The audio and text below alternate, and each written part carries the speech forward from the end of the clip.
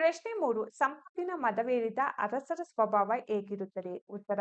ಕೆಟ್ಟ ನಡತೆಯ ಇಂಥ ಸಿರಿಯು ಹೇಗೋ ದೈವಯೋಗದಿಂದ ಕೆಲ ಮಂದಿ ರಾಜರಿಗೆ ಒಲಿಯುತ್ತದೆ. ಅಲ್ಲಿಗೆ ಮುಗಿಯಿತು ಅವರ ಕತೆ. ಏನೋ ಸಂಭ್ರಮ, ಏನೋ ಕೋಲಾಹಲ. ಜಗತ್ತಿನ ಎಲ್ಲ ದೌರ್ಜನ್ಯಗಳಿಗೆ ಅವರು ಆಶ್ರಯ.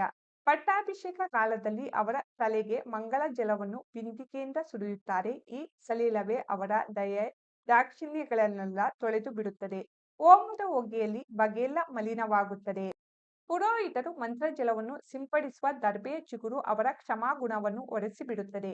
ತಲೆಗೆ ಬಿಗಿದ ಬಾವುಟದ ಅಡಿಯಲ್ಲಿ ಮುಪ್ಪಿನ ನೆನಪು ಮರೆಯಾಗುತ್ತದೆ.